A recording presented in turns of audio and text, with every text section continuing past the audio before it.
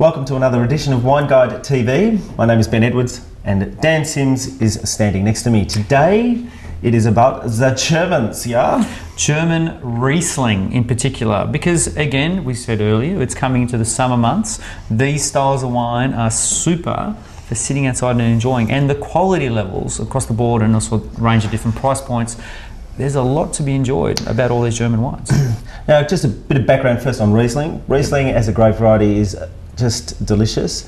It's fine and elegant, but it's also quite powerful underneath all of that, and it actually goes with quite a variety of different fruits. Now, moving into warmer months, we tend to have fresher foods, we have more spice, we have a bit more of those fresh herbs and stuff like that. And now Riesling does go beautifully with them, especially with Asian flavours, and given the fact that we live in Australia and we are influenced by so many Asian cultures, it's a really lovely wine to go to. Now, Germany's not necessarily the first place that people would think of, Dan. No, well, look, in terms of what we thought to do today is have a little bit of a snapshot. We're going to look at, we've got 5 wines, 5 different regions, various price points. 5 different producers. 5 different producers, and talk a little bit about what those characters are, because German wine, learning about it, it is probably the most complicated when you get into all the laws. I say in terms of drinking, it's a lot easy. Yeah, it's pretty easy. But in terms of figuring out your QBAs with your Prädikatswein and your VDPs and QMPs and Buschlager, Grosser Gewachs and blah, blah, blah. So what you're doing right now is confusing people. So what we'll do is we'll get rid of all of that, and what we're going to start with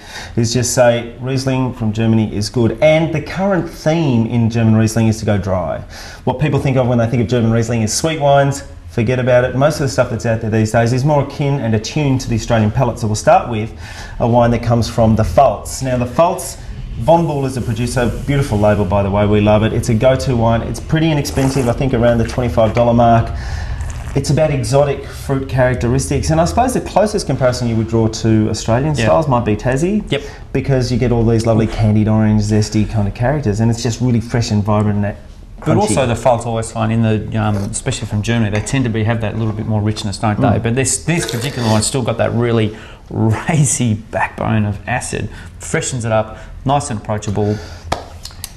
88 points? 88 points. I'm 88 points on that, Dan. I'm 88 points on that. And the thing to recognise here is that they are all 09s, those first 4 wines, and then we've got an 08 to finish with.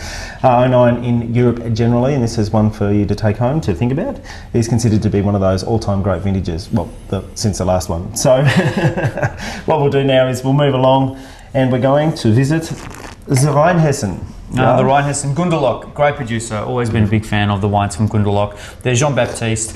Here we're starting to see a little bit more, I suppose a hint of more fruit sweetness, but what that does is it just helps balance out the palate a little bit. You still got that lovely freshness, you know, zesty, kind of hints of that sort of green apple character, but really lovely and fine. And I think you're getting a little bit of that Bartelk slatey kind of character, and there is this little bit of residual in this, but if you have this with food, you won't notice the sugar whatsoever. That's a good thing. I think we get so scared of a little bit of sweetness. We all like sweet things, for goodness sake. 92 points. I'm 92 points on that. He's 92 points on that. I'll have to concur. Okay, now Donhof is one of these producers, always surprises because it comes from a region very few people are really that familiar with, the Nahe. Now, the Donhof, this particular wine, you know, they're exotic. They're so full of flavour and they're so full of life and energy. Yet, at the back of it all, they're quite restrained and pointed. It's always funny when I try the Donhof wines, and I'm always incredibly pleasantly surprised, and I tend to be a little bit seduced by them because of that character where you've got this opulence and then got this fineness, and it takes you on this little bit of a journey. I'm getting a little bit sort of caught up in the moment with the Riesling sort of thing, but that's the sort of style of wine that I've always loved this producer. Because the thing about it is it's got this lovely soft kind of finish to it. It's got filigree. I know that's a word that Stocky loves to use. How do you spell that? But it does, and it's got a kind of lacy, and it draws you in, and it really takes you on a lovely journey. Now, 12% alcohol, it's kind of at the higher end in terms of German Rieslings, but there's just lovely lace to it. I really love the wine. Now, one of my favourite producers. So how many points were you on that? I'm 93 points on that. But the next one, I'm going to go up, I'm going to take it to another level. Now, the next one is from Royal Vale, beautiful, pretty blue label that we have here. And it's the Rheingau. Now, Rheingau was the traditional dry Riesling producing area of the German country, and today this particular one, the Kiedrich, is actually a blend of what they would call Grand Cru, or the grand sites of Germany in the particular area of the Rheingau.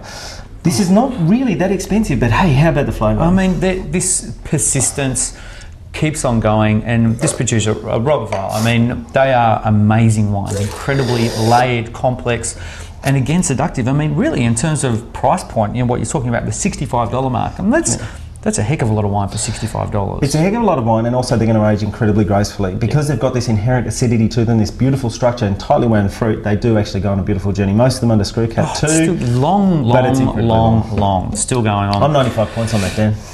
I can't disagree on that. Now, the last one, the Mosel. Okay, the Mosel, apart from being incredibly beautiful and picturesque, I love the wines from the Mosel.